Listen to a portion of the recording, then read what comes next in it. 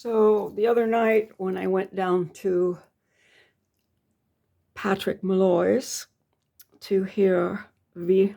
Torres and meet with the people of Hermosa Circle, which was really fun. Her is in Hermosa, so women's business people and musicians and artists and entrepreneurs, ladies who do stuff. And just warming up, I brought these with me. I thought, well, I'll see if I can do a little drawing, see what to do. And I wound up doing a black and white because really it was daytime and the windows here show Pier Avenue out here. And all of this is silhouetted. So I just stayed with the black. Not the black from in here. Oh, I did use the black here, in here. And I had tested it here, so I was pretty sure it would work. And give it a little bit of a different black than the ink and graphite black here from the General Sketch and Wash. So this is a set of 12 Woodless watercolor pencils.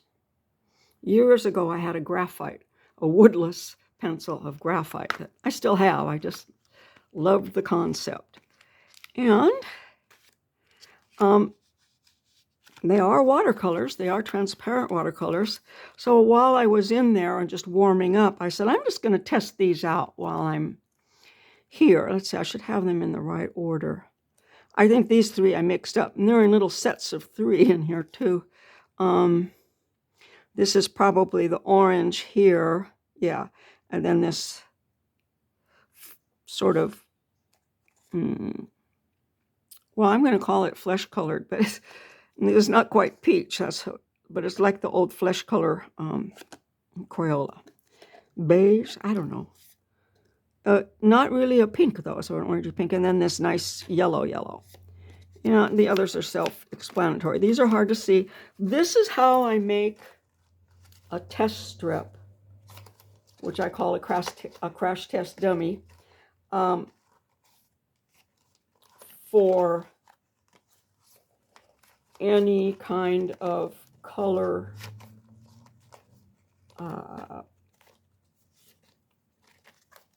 especially water-based colors. It could be oil too, and color pencils, all of that. Any kind of color medium I like to test out. I have good southern exposure here too on the window, which is over to my left here.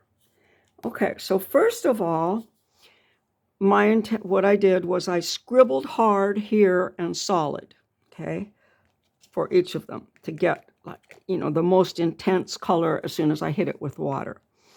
And the second one, I just scribbled lightly, very lightly.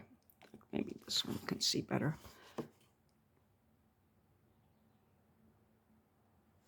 And, well, with black, I didn't feel the need to go solid, but, as solid as possible, especially on these very light colors.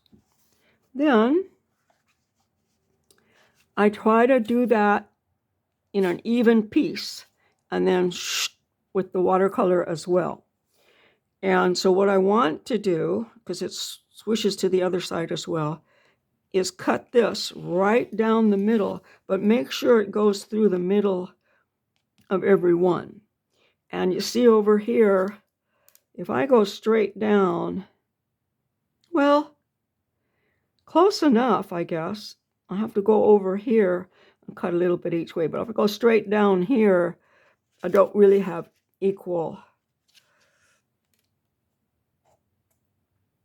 sides of my marks that it comes from. So I might just cut it that side with the scissors and cut the other side with my lovely, well, this is more than 12 inches, paper cutter. And I cut this thick watercolor paper in here all the time. It's made out of cotton. So this is not a sable brush. This is a little craft brush. Well, that's pretty well stuck in there. I'm going to do it anyway. All right, so I'm going to take this side because it looks pretty straight and line up the straight part of the paper here. These parts are torn. I always tear my watercolor paper so it has a decal edge. It's just more respectful to your paper. Okay, so if I go right down the middle of all of these, right there, I'm going to come out pretty well. All right. This is kind of a small little strip. I need to have a left on here that the darkest part is still on here, because I want to check how much will fade and how long it takes. So here we go.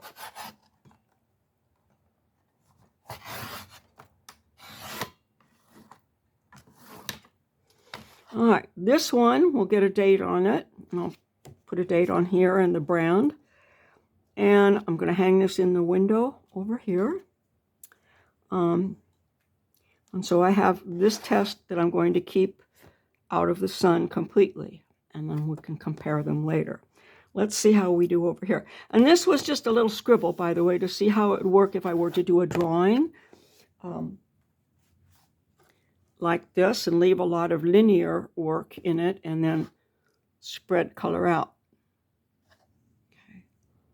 So I just tried 2 of them and messed around. It looks pretty good.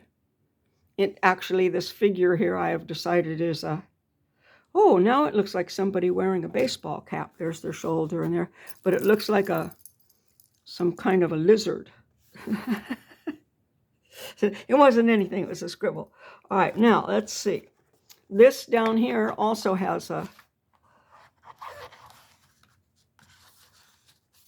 nice straight edge. Okay, here's the middle of that. And I'm going to go a little farther. Well, that's good enough. Yeah, I got some solid on both of them, and it's straight-ish. Straight. So it's a little bit off there, but I don't want to go any farther over up here. There, I can just a tiny bit, but that's okay. It's the black, and I don't use black when I do watercolors, but I did test it out. Here we go. Okay, and today is March 31st. Okay, so this is our masterpiece. And I could cut that in half too, but I don't know what part I'd hang up. So I'm just going to keep that. So here are my 2 test strips. And I don't have a little pen here, not that I know of.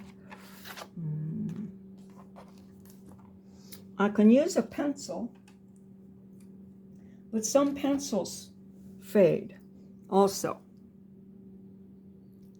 I just looked at this in a panic thinking I didn't turn it on.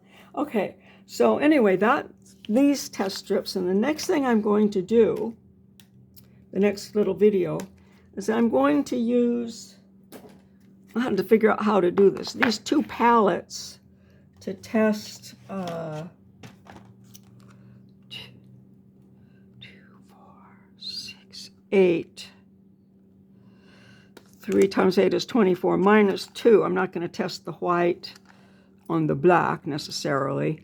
I know what white and black are, and we don't use white or black in watercolor. If you want white, you use the white of the paper. That's the whole big trick.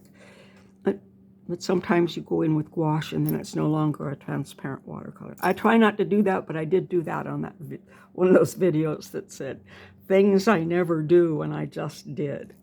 So I'm going to have 22, 12, 13, 14, 15, 16, 17, 18, 19, 20. I'll be able to do that. I might have to try them out differently. But what I do want to do when I test these, it's going to be another video, is show you how I load it up. I talked about this before. You put your paint up at the edge, not down in the bottom, so that you can touch your, not your paint, your pigment, okay? The actual stuff that comes out of the tube is not paint. It's your pigment, and when with the watercolor, it's water. And as long as I'm on this, before I forget, what I'm going to do is I'm going to load up this palette, and then I'm going to leave it overnight to dry so that my watercolors are all dried up here where I want them. That is how you can control your washes. You're not in school with a little flip-top box. Those little flip-top boxes are actually made for travel painting, you know, and there's a little palette over on that side and keeps all, but they're not really good for studio painting. And my travel palette also has paint up on the sides, but that little tiny one like this one, no. There'll just be straight pigment in there, and I'll put it over on the palettes, the mixing plate. But these I'm going to actually put the things on. It's easier to work with the paint when it has dried up here, and you can put the water down here and let the color melt into the water, but not continue to melt and melt and melt because it's wet. Okay? So you just charge your palette and you leave it, you let it dry, and then you just come back to it and you use it and mix up your even solid pigment, I mean not solid, but a very dark wash in here, and then you can dip into that and mix lighter here. I'll talk about that another time, because this was about testing these out, and then I'm going to test these out. But before I test them out, I need to load my palette and dry it. So thank you for watching, and thank you for commenting. I've gotten some very, very nice comments recently. I wasn't really sure, you know, I say I have content rich but low production value videos, and people have responded to a more casual approach to getting this information out. And I'm trying to demonstrate more things, because one time I did some watercolor pens, and somebody said, well, show us how you did it, like this one here. It was like, well, show us how you did it. And so, you know, not just what you did, but how you did it. So I'm going to redo that video and just play with those pens for fun.